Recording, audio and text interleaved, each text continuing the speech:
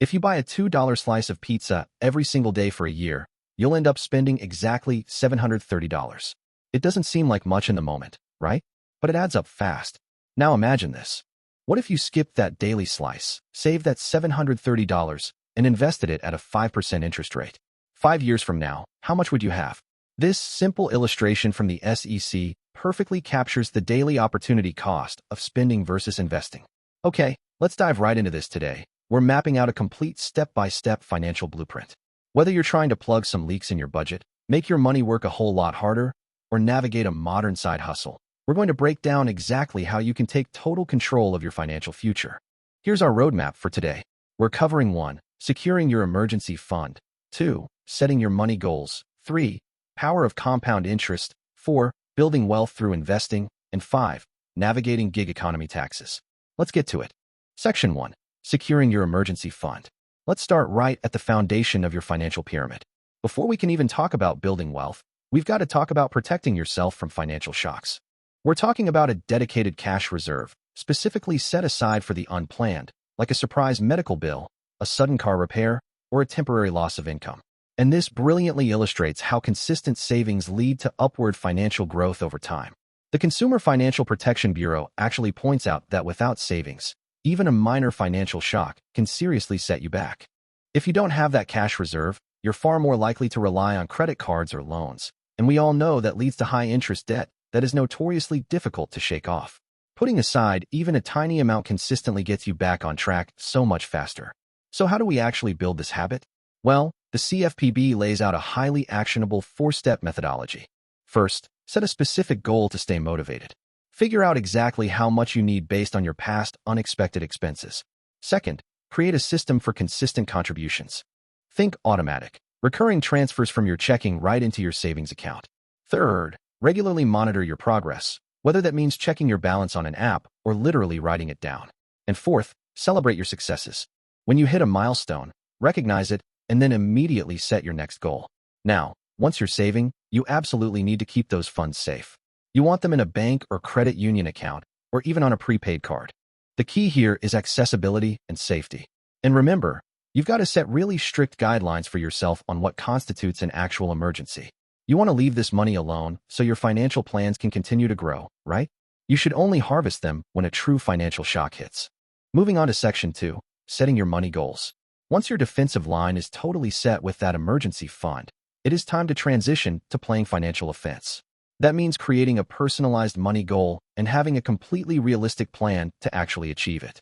The CFPB provides a fantastic worksheet to help you find the slack in your budget. The math is simple but super revealing. You take your average monthly income, subtract your average monthly expenses, and then subtract your current average monthly savings. What you're left with is your available to save metric. This is the exact amount of money you can confidently direct toward a brand new financial goal every single month.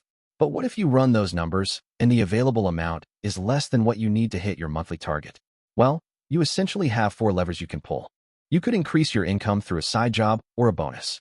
You could stretch your timeline, basically giving yourself a few extra months or years to reach the goal. You could reduce your expenses to free up some extra cash. Or you could simply reduce the total goal amount. Section 3, Power of Compound Interest. Let's move to and see how this builds into something truly spectacular. This is where your money stops sitting idle and starts doing the real heavy lifting for you. So compound interest is essentially the interest you earn on your interest. The SEC illustrates this beautifully. If you deposit $100 at a 5% interest rate, you have $105 at the end of year 1. But in year 2, you aren't just earning 5% on your original $100. You're earning 5% on the new total of $105. Fast forward 25 years, and even if you never added another dime, that initial $100 becomes nearly $340. That is exponential growth, and it's absolutely amazing. To really grasp how fast this exponential growth can happen, there is a super powerful mental math hack you need to know. It is completely centered around the number 72. It's called the Rule of 72. If you want to know approximately how long it's going to take for your investment to double in value, simply divide the number 72 by your expected annual interest rate. So the crucial point is, let's look at a tangible example. If you're looking at an expected return of 9%, you divide 72 by 9. The result is 8. That literally means your money will double every 8 years. How cool is that? All right, Section 4, building wealth through investing. Understanding compound interest leads us directly to putting that money to work. The SEC promotes a really simple time-tested formula for long-term success. Regular investments plus time equals wealth. The earlier you start, the more time your money has to compound. To put that formula into action, you need the right building blocks. The absolute best place to start is often a workplace retirement plan, like a 401k, especially because so many employers match your contributions. And let's be clear, that is literally free money. You can also open an individual retirement account, or IRA. Both offer major tax advantages. Automate your contributions so you don't even have to think about it. And if you're kind of unsure what to invest in, the SEC highlights target date funds, which automatically adjust your investment mix from aggressive to conservative as you get closer to retirement. But hey, building wealth is only half the battle. Protecting it is just as critical. Scammers are everywhere right now, especially on social media. The SEC warns to watch out for massive red flags, like promises of guaranteed high returns with absolutely no risk, unlicensed professionals, investment pitches suddenly appearing in your group chats, and bizarre requests asking you to pay money just to withdraw your own funds. Always verify professionals on investor.gov before handing over a single cent. Section 5. Navigating gig economy taxes. Now we arrive at the top level of our financial blueprint, mastering the hustle of the modern on-demand workforce. Whether you're doing this to fund your investments or boost your emergency savings, you've got to understand gig economy taxes. The gig economy, or the sharing economy, involves earning income through temporary on-demand work, usually facilitated by an app or a website. Whether you're driving for a rideshare company, renting out a spare room, selling handmade crafts online, or doing some freelance design work, the IRS is very clear about this. This income is taxable. Even if it's just a part-time side hustle paid in cash or virtual currency, you must report it. Now, what's really interesting about this is how the IRS categorizes you. It all comes down to control. The general rule is that you're an independent contractor if the person paying you only has the right to control or direct the result of your work, not how you actually do it. If they control both the result and exactly how the work is done, you're an employee. As an independent contractor, you're subject to self-employment tax, so knowing this distinction is absolutely vital for your tax returns.